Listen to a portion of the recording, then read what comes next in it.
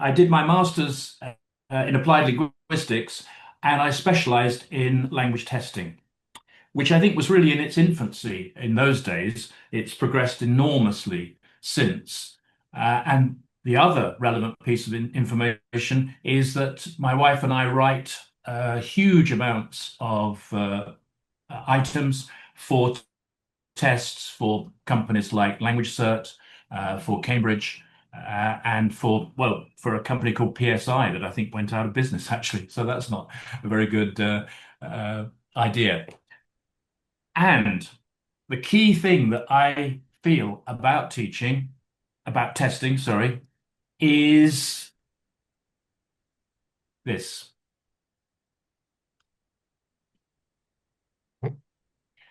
I'm going to show you a photograph. It was a photograph that actually appeared in I think it might even have been a newspaper.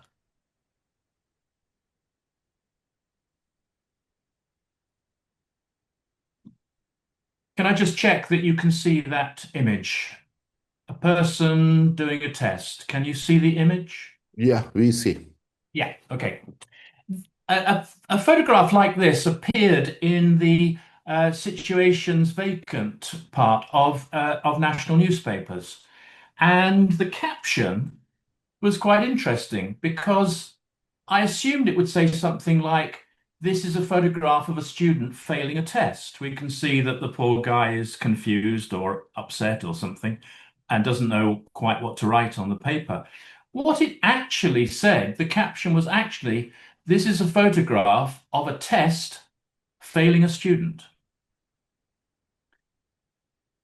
And that really got me thinking about this whole situation because that is the problem with a poor test. A poor test of language fails the student because it fails to establish exactly the level of the student, or establish it in a reliable way, a way that can be repeated on another occasion. I actually got to thinking about this and realized that a poor test is even worse than that. What we could say, we could caption this as, "This is a photograph of a test failing a teacher." A test which fails because it's poorly constructed, a test which fails to establish the true level of a student, particularly in the case of a progress test, reflects badly on the teacher responsible for teaching that student.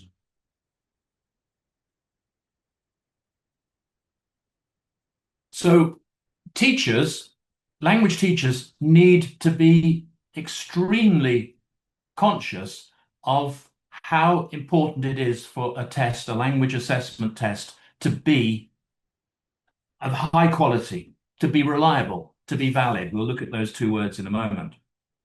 Otherwise, if the test fails the teacher, then the repercussions for the teacher could be very serious.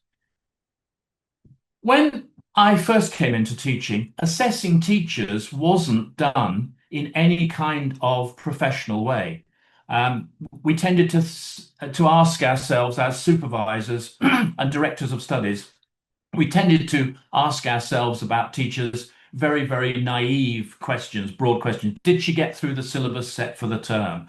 So we were thinking of teaching as being some kind of programmatic thing. You simply go unit one, unit two, unit three, and you make sure you get through to the end of the term. Or if we take it a little bit deeper, does he know how to teach the present perfect with for or since? But gradually, as the years progressed, we began to realize that teaching wasn't the issue. Teaching is not what our business is about. It seems to be when you stand in a staff room, often the conversations you hear are, "Oh, I just taught them was doing when did." No, you didn't. No, you didn't. You presented was doing when did. Whether they learnt it or not is a completely different issue. In fact, you can be almost sure, because we know about jagged profile and noticing and things like that, you can be almost sure that out of your 14, 16, 20 students, only a half at most learnt what you taught. So now, when we're assessing teachers, we really must look at learning rather than teaching. And the two questions I think we should ask about any lesson is, what do they know now that they didn't know before? What can they do now that they couldn't do before? We've got knowledge, of course, and skills, because it's the knowledge that underlies the skill. So when we assess teachers, we should be looking at the learning that's taking place under the control of that teacher. We should be asking those questions about the teacher. What does that teacher's students know? What do that teacher's students know that they didn't know before? What can that teacher's students do now that they couldn't do before? But how do you do that? How do you actually assess that? Well, again, there is a very obvious way. We observe classes. We go in. We are professionals. We go in, we observe classes. We get direct information about teacher performance. Often, I don't know what you do in your school, but in many, many schools I've worked in and with, observing teachers is like a 45-minute thing, which to me seems complete nonsense, because as a professional in teacher assessment, I know within about 2 minutes whether the teacher can teach. Okay, I need another 5, 10 minutes to see quite how deep their language ability is, and their language knowledge, and whether they can involve every single student in the class and assess learning of every student. But within a few minutes of going into a classroom, I'm sure you're the same, you know whether that teacher can teach language or not, because it's judgment by a professional. Unfortunately, it also falls foul of the observer's paradox. I don't know if you've heard of this before, but the observer's paradox is a key issue in psychometric studies. It's a key issue nowadays, even in physics and chemistry, because people are working at a nano level. When you try to measure something, you change it. Whenever you try to assess a skill such as teaching, you change the performance of the skill. Whenever a professional goes into a teacher's classroom to assess that teacher's performance, the performance changes. Usually it gets worse, because the teacher, and to some extent the students, who probably know why that professional has come in, performs less well under pressure, a different kind of pressure. They're under pressure as a teacher anyway from the students, but when they're being observed by a professional, maybe their line manager, they come under other pressure and they may perform less well. I did once. I used to be an assessor for the Cambridge Delta, the reasonably high level qualification for language teachers.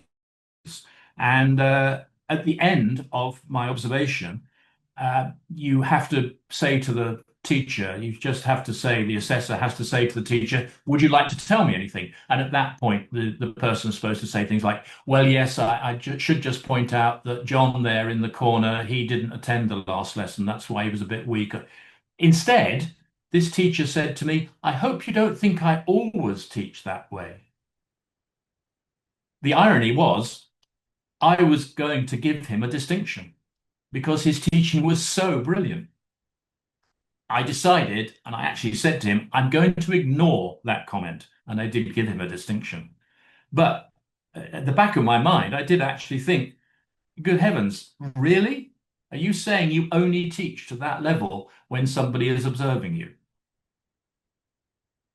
So what are we going to do? If we want to assess learning rather than teaching, and if we can't rely on observing classes, what can we do? Well, when my wife and I had our language school, we knew enough about management by objectives to realize that what we needed were explicit performance standards. So we used to write into the job descriptions of teachers we employed things like this: 65% of students at grade 10 should achieve 50% or more in each of the 3 progress tests. Now, this wasn't a figure plucked out of the air, of course not. It was historically based. It was because in the past 3 years, for example, on average, 70% of students at grade 10 had achieved 50% or more in each of the 3 progress tests. So it was an achievable standard. But nevertheless, in order to achieve it, the teacher had to perform well. And this was an external assessment. It didn't involve anyone going in and changing the performance in the actual classroom. I don't know if you have explicit performance standards. If you don't, think about having them. Really think about having them, because if you don't have explicit performance standards, it means you end up with informal performance standards. You end up with teachers being judged by standards they're not even aware of. She's not doing as well with grade 10 this year as he did last year. This is being said by supervisors out of your hearing, and you don't even know. The other danger is if you don't have explicit performance standards, this can mean you don't get personal satisfaction. You can't judge yourself well. I'm really getting through to them. I have achieved 70%. 70% of my students at grade 10 got 50% or more. You can't have that personal satisfaction backed up by statistics. Or even worse, I wonder if language teaching is the right career for me. If you don't have explicit performance standards, then people will look at the results of a test and make a judgment about you. Okay, so we're talking here about progress tests, and we're talking here about the need for progress tests to judge the student fairly, and in the process, judge the teacher who's taken the student through that progression fairly as well. It's pretty obvious what a good progress test must contain. It must test what was taught.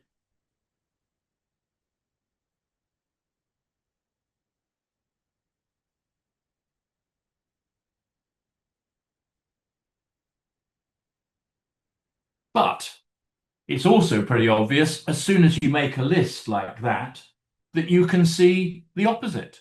You can see that a poor test can test material that was not taught. This is very, very common in assessment tests which are based entirely on grammar items. Grammar items are easy to write, but unless you know explicitly which element of a particular grammar point was taught in the relevant period, it's possible that the test material that was not taught is in the test, or that important material that was taught is left out. You can't say in this 3-unit section, we taught was doing when did. We taught the present continuous. Sorry, you can't say you taught the past continuous. Did you teach the past continuous for was doing when did? Did you teach the past continuous for scene setting? Did you teach the past continuous for simultaneous action? I was doing this while he was doing that. And if you get the wrong usage in the test, then that will be an unfair test of the teacher, of the student, and an unfair test, therefore, of the teacher. It can overtest and undertest. It can be too easy, too difficult, very unpredictably. And very important, it can fail to distinguish stronger from weaker students. A progress test, the clue is in the name. A progress test should assess progress, not class progress. That will ultimately be a global result, but it should assess individual progress. It should be possible to say this student has learned these things, this student has not learned those things. It should distinguish stronger from weaker students. And ideally, that information should feed back into the syllabus planning and the teacher training for the next term. By the way, just going back to the performance standards we used to set in the school that my wife and I had, if a teacher failed to reach the performance standard, that wasn't dismissal. That was having a conversation about what had gone on. What were the reasons for this, and how could we assist the teacher in future? Or indeed, did we need to change our performance standard because it was unachievable? A poor test can give results that depend too much on random factors. It can lead to the wrong conclusion about a student, a wrong conclusion about a teacher.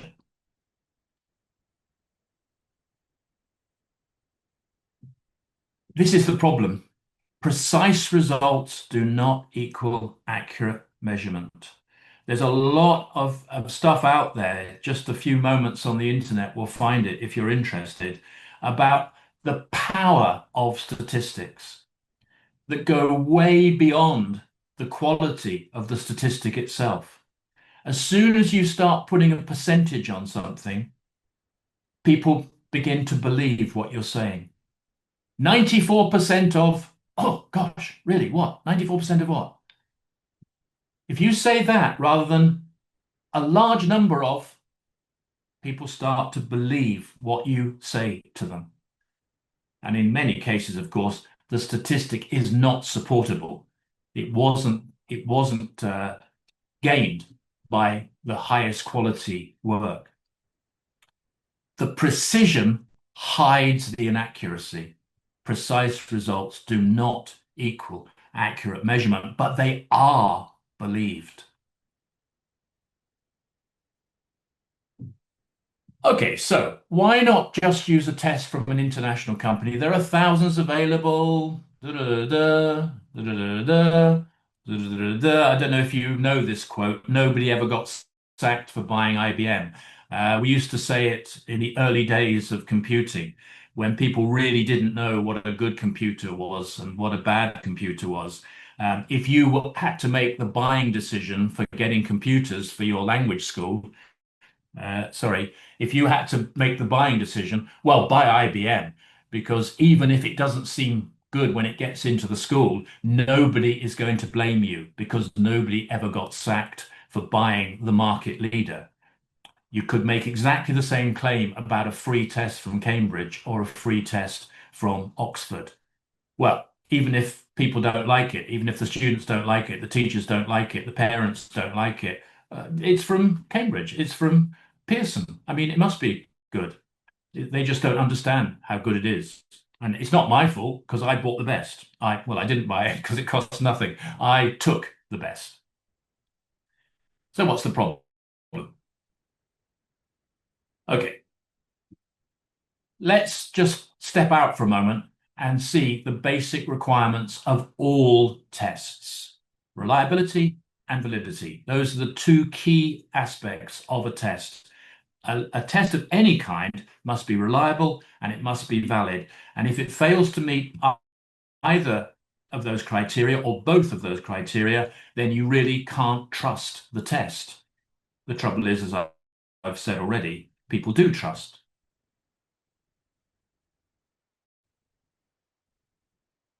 I will send you all of these slides, or I'll give them to the PQS people, and they can put them at a location that you can access. So don't worry if you're missing any detail as we go through. Reliability asks the question, would the learner get a similar score again?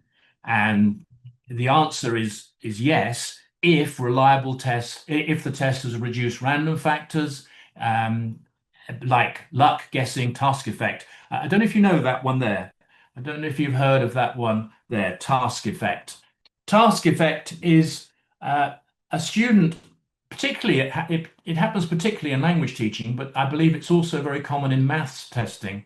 A task effect is when the student fails the task because they don't understand it, rather than the underlying point that's being tested. And the trouble there, of course, is a good test may use tasks that the student has never seen. And under pressure, remember that's the observer's paradox again, the person being tested is being observed. They're being kind of observed by the test paper. If the student has never seen that kind of task before, they might panic and answer it poorly, even though they could do the language, the underlying language. Prevent cheating, I'd need to just dwell on that for a moment with these free tests, because free tests, almost by definition, in fact, I think you could say by definition, are not controlled. They are not controlled to ensure that those tests have not gone out there into the public domain. The chances that someone knows a test that is available free and has actually provided all the answers online are incredibly high. And if you once work out as a student what free tests are being used by a school, it's very, very easy to cheat. But of course, reliability is essential for fair decisions about progress and teacher performance. I'm sorry if I keep going round in a circle on this, but it is essential that we understand why these key things are there, why these things are key.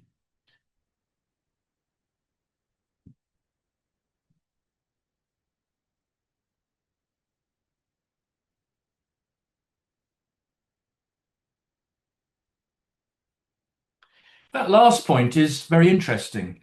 It took me a long time to realize this in psychometrics, in the measuring of psychological performance like language production and reception.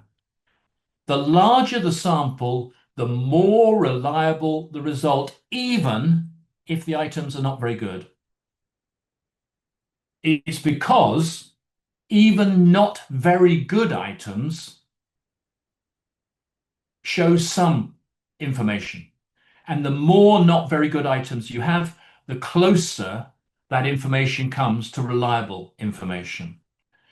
So that's why tests like TOEIC, which have very high stakes, if you pass a TOEIC test under certain circumstances, you can get into a university, for example, or a vocational course.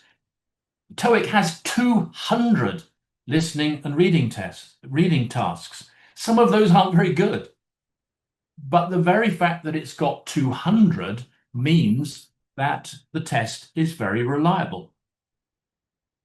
But you cannot possibly give a progress test with 200 items. So you have to make sure that your much smaller sample is still reliable. It's not relying on the longevity, the length of the test to gain reliability. It's relying on the quality of the individual items.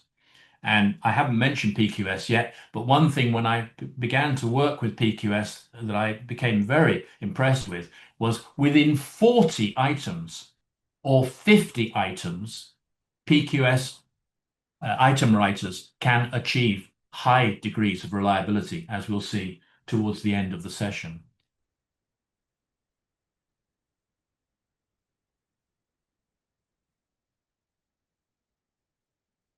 If you don't have these, if you have this sort of stuff, then you won't have a good test. Inconsistent marking, of course, is a serious problem once you move away from multiple choice, once you move away from closed answers.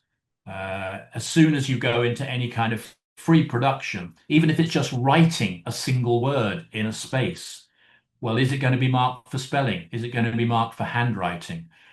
Is it going to be marked differently by one assessor than another? And obviously, inconsistent marking is incredibly serious as an issue with testing of speaking and writing. Sometimes language schools allow internal assessment of speaking and writing. That really isn't acceptable.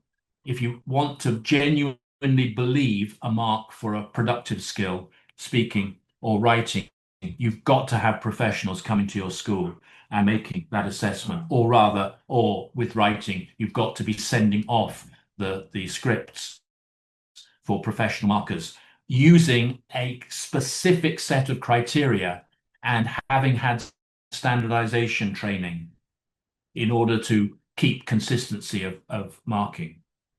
Again, very impressed that PQS have professional examiners who go around and assess speaking. Items can be too easy to guess.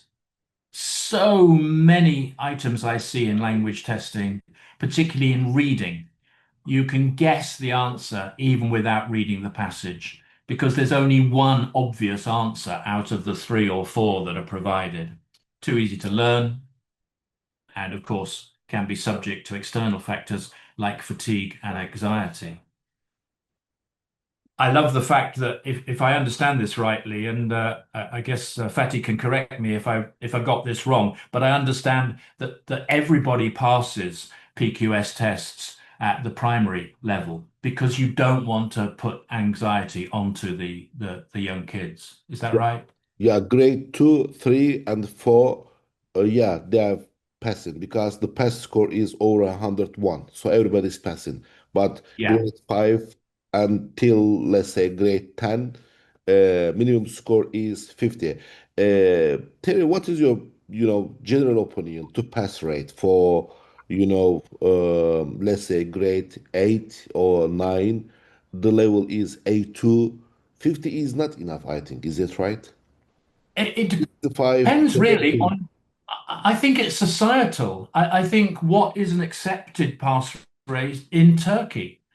In the Arab world, we had to set the pass rate at like 90% because they reckoned that Egyptian teachers would always give them 90%, even if they hadn't done the test very well.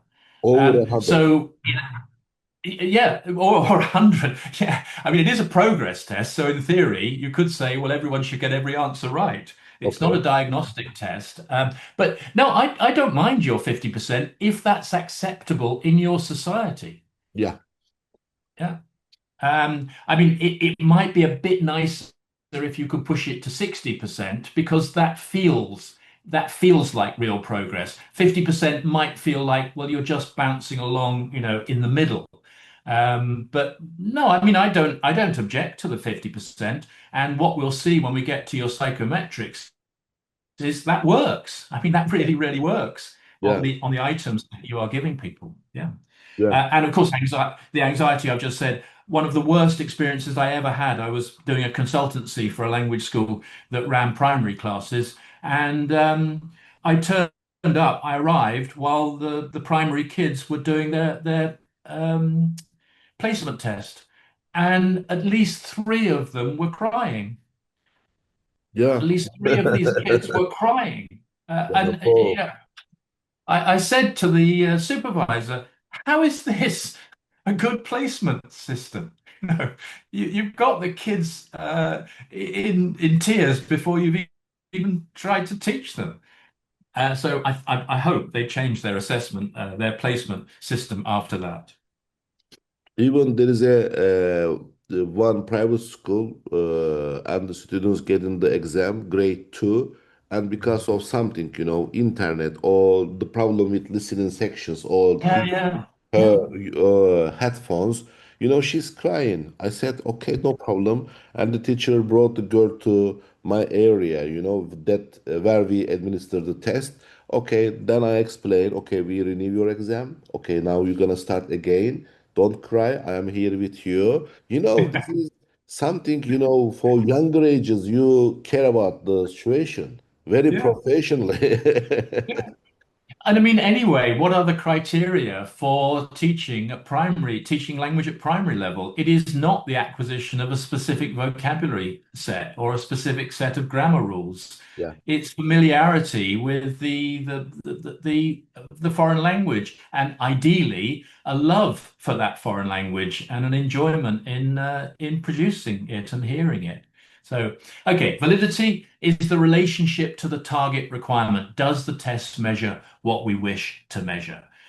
Validity is also about the relationship between the test and the outside world. We don't have time to go into that, but there are lots of different kinds of validity. Sorry, I'm going to go quite quickly over on this because I want to get through to the PQS element, the key PQS elements. As I say, you can have all these slides. So if you want to check back on these things, all of these types of validity are essential in a test. You really must have all of them. You really must be sure that it covers the right content.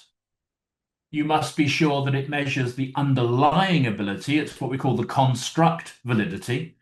It doesn't just skate across on the top.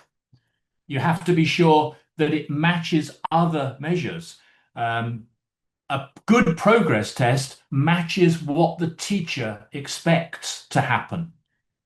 If a progress test has results which surprise a teacher, I would tend to believe the teacher more than the progress test, because the test is a snapshot. It's just a moment in time, 40 questions or 50 questions. And if the result doesn't measure what you expect to have, if it doesn't measure what the teacher expects it to measure, then I would be worried about the test. I used to love teaching the Cambridge First Certificate, now just called Cambridge First, because I could accurately predict whether a student would pass or not, and I could even predict what grade the student would get. That is how valid the result was for me as a professional teacher at that time. And finally, there's the one face validity. Does the test look right? Do administrators, teachers, students, do they trust it? If you have a test that doesn't look right, it doesn't matter how good that test is at actually assessing the important points. I wrote a placement test many, many years ago that took every single modern theory of language testing, and people hated it because it didn't look like a test of language they'd ever done before. And we did some psychometric testing. We put 1,000 students. We managed to get 1,000 students to take the test, even though they didn't like it. And we sent it to psychometric analysis. And the guy said, this is an incredibly reliable test, but it didn't have face validity. It didn't work with the target market. So a progress test must be valid and reliable, as we said. The problem is, the more valid a test is, the less reliable it can become. The more reliable a test is, the less valid it can become. How on earth can these things be true? Well, the closer we get to real language use, the harder it is to test it reliably. You know, real language use is me talking to you, or me asking someone in the street for directions. But how can we test that reliably? I can't follow you into the street and see whether you ask your question correctly and if you understand the answer. I can't then follow you to see if you use the directions correctly to get to the museum or the tourist information office.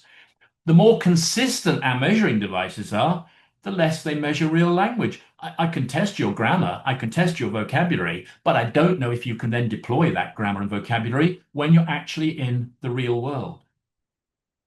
It's a paradox, but we have to live with it.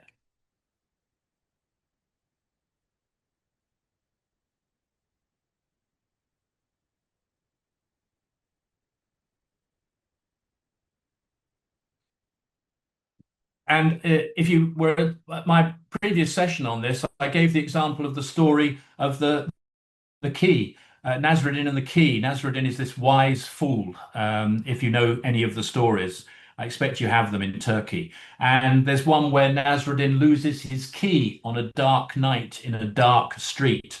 And so he starts looking for it. And a friend comes along and says to Nasruddin, "What are you doing?" He says, "I'm looking for my key under this light." And the man said, "Oh, you dropped it there." He said, "No, no, I dropped it over there, but it's too dark over there." That's the problem with language assessment.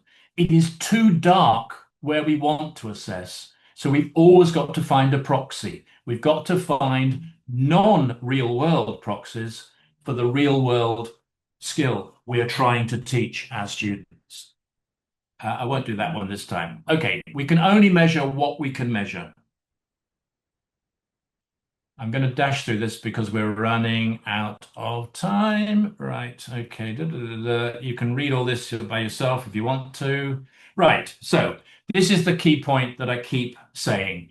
A test score often leads to real decisions. If you have poor assessment with an inaccurate score, you get a wrong interpretation and a wrong decision. And that wrong decision can affect the student, can affect the teacher, can affect the student and the teacher. A student who should pass may fail. A student who's not ready may pass. A teacher who's taught well may not get credit. And I didn't even make it a point, but a teacher who's not taught well may get credit. If the test is so poor that everybody does really well on it, then even poor teaching, sorry, can be rewarded. Okay, we've got to PQS. The PQS approach, don't simply assume that a test works. PQS employs highly experienced item writers. They're called items, an individual task with one question, or it might be two or three questions if it's a reading comprehension. But they're experienced item writers. But all experienced item writers know that's only the first stage. Don't assume that an item you've written works. It's got to be tested. It's got to go through maybe 1,000 students taking the test before you can be sure. So before the test, test the test. Before the test, do a full curriculum analysis. Make sure you know which bit of was doing is actually taught. Make specifications for the test, which you give to the item writer. Get professionals to write the item. Teachers are brilliant at teaching. They're not necessarily brilliant at writing test items. Get an expert to review them before they even become part of a test. Check the content and the level constantly. Now we have external measures. I'm sure you use some of them. Text Inspector for continuous text, EVP Online for single words and individual items. Then after the test, analysis of real student performance, test reliability, item performance, score precision, statistical modeling, checking what has actually happened overall in these tests. I don't expect you to be able to read this, but this is a typical set of psychometric results from conducted by PQS on a particular set of items, a particular test that was administered. You can see there were 3 sets. You can see a few things here, set 1, 2, and 3 down the bottom there. And if you know the meaning of any of these things, we've got mean percent, mean P, mean R underscored IT. You've got Coulter-Richardson 20. You've got SEM, standard error of measurement, and so on. You've got all of these statistical tools have been used in order to assess how good this test is. PQS does this in the background after every set of tests. And of course, the benefit of the PQS approach is the student is working online, so immediately the results are captured by the system, by the IT system. So this is simply, in inverted commas, simply running the raw scores through the established statistical tools. And after students take a PQS test, we find out reliability, item analysis, how did the items work, item difficulty, which items were easy, which items were hard, item discrimination, how well did they discriminate between poor students and weak students. The standard error of measurement, I'll explain that in a minute, and the rash analysis, I won't explain that, but you don't need to know it. So PQS looks inside every test. It says not just how did the student do, but how did the class do? How did each question do?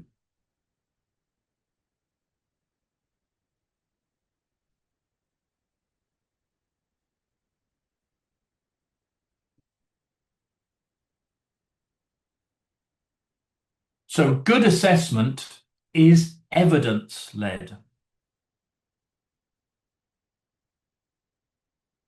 And in preparation for this, I assessed the assessment of one particular set of results. It happened to be a grade 10 level. The students in that grade 10 level had taken three sets, one after 3 units, one after 6 units, one after 9 units. And what I found was there was strong curriculum alignment. The 9 grade 10 units are systematically represented. Listening and reading sample different groups of units. Use of English and vocabulary sample across all 9. Topics, vocabulary can often be traced directly from the curriculum to task to item. And different language domains are tested rather than one convenient item type. Terry, There are some, yeah, I want to say something here for the teacher as yeah. additional information. In Turkish or in English. I prefer Turkish. Hocam biz ne yaptık? Sizin tüm sınav sorularınızı Grade 2'den Grade 10'a kadar Terry'e verdik. Artı curriculum'ları verdik. Oradakileri dışarıdan yani item analizin dışında dışarıdan birisi olarak uygunluğunu ne kadar cover ettiğini ya da etmediğini ne yaptı? Dışarıdan ekstra bir analiz daha yaptırdık. Evet biz bu testi yapıyoruz. Item analizleri yapıldı. İşte ondan sonra oradaki bütün çalışmalar biraz önce Excel'de gösterilen size. Ondan sonra bir de içerik olarak ne kadar tam böyle her şeyi cover ediyor diye bir çalışma yaptırdık ekstradan. Onun açıklaması aslında. Bu tamamen spesifik olarak gerçek bir sınıf işte Grade 10 ve diğerleri bu zaten yapıldı. Onun ben bilgisini vermiş oldum sizlere. Sorry Terry. Yeah. No, you might want to translate this one as well then, because what I also looked at was if there were any limits to what the test had achieved. And I found a few things. Coverage is necessarily broad rather than deep. There's nothing we can do about that. You've Hı. got 40 questions, or I think you've got 50 at grade 10. You've got 50 questions. Clearly, you can't have deep coverage. It needs to be broad. But what's happened is the item writer has picked the key things. As an item writer, when I look at a unit, what I ask myself always is, what will the teacher have made the strongest point about in this unit? And that's what I try to test. I don't find some little tiny word or some hidden grammar point in the unit and test that because that won't have been made salient. That won't have been brought to the top by the teacher. That one's easy, I think. Only 10 use of English and vocabulary items cover 9 units. I actually asked Fatty, did the school tell you how many items you could have? If you have 9 units, and you only have 10 use of English items and 10 vocabulary items, you can't get a lot of coverage there. I mean, personally, I would have 20 of each of those, even though that extends the test. Use of English and vocabulary items can be very short in of and of themselves. Some, The problem in Turkey right now, not for the disco specifically or others, we have some questions from reading, listening, but they don't have or they don't want to get more questions, especially from grammar and the vocabulary, yeah, because okay, they are making some explanation that we focus on speaking rather than grammar or vocabulary. So okay, we should make a balance between the substance and the number of the questions plus yeah. the duration of the exam. This is the reason. Yeah, yeah, yeah. I mean, the only thing I would say in response to that is, as somebody famously once said, you can talk in a foreign language with vocabulary. Of You course. can't talk in a foreign language with just grammar. So yeah, some curricular areas are therefore represented by only one item. A short progress test cannot measure every taught area equally deeply. So there's good coverage of the curriculum, but no short progress test can measure everything equally. Okay, finally, you don't need to understand any of this. You don't need to be a psychometrician, but your assessment provider does. Your assessment provider must do the psychometrics after your students have taken the tests. Otherwise, there's no point in giving that test in the first place. The progress tests supplied by PQS are looking for a pass rate of 50%. Look at the mean score there. That is the average score in these three tests. It's perfectly aligned with that requirement. The Cutter-Richardson 20 reliability assessment is 0.921, 0.898, 0.925. You won't know this, but you can look it up on the internet. That is absolutely brilliant. You get anything above 0.75 on a progress test, and you've got a very, very good test. The fact that these tests are achieving 0.921, 0.898, and 0.925 with just 50 items is incredibly impressive. The standard error of measurement, SEM, is very, very important because it says, how should you interpret the result? If student A gets 30 out of 50 and student B gets 33 out of 50, how should you interpret those results? The standard error of measurement says in the case of these PQS tests, they are the same. They are the same because the student who got 30 could have got 27 or 33. The standard error of measurement means plus or minus that number. And the student who got 33 could have got 30 or 36. So it's a plus or minus. If you know the standard error of measurement, if your psychometrician tells you the standard error of measurement, you can make a better judgment about the students, an individual student's actual ability. And at the extreme point, you can make a decision about whether they have passed or failed. I mean, with this standard of error of measurement, if a student got 47, you should still pass them at 50 because the standard error says it's plus or minus 3. And again, you don't have to understand this, but you would expect a test to have a normal Gaussian distribution. That is, it goes up and it comes down. You'll see that set 1 has a reasonable one, although it's a bit jagged. Set 2 is a perfect, more or less perfect Gaussian normal distribution. And set 3 has a problem in the middle there. So we want to look at set 3 tests. Sorry, that's set 2 tests. Sorry, I was reading the graph wrongly. The set 2, the orange line, that has a problem at the mid-range, the 30 to 35 area. So I would want to look at the results that the students of the students who got those marks and see, why do they come down? Why do they come down? Why aren't they higher in the Gaussian distribution, normal distribution?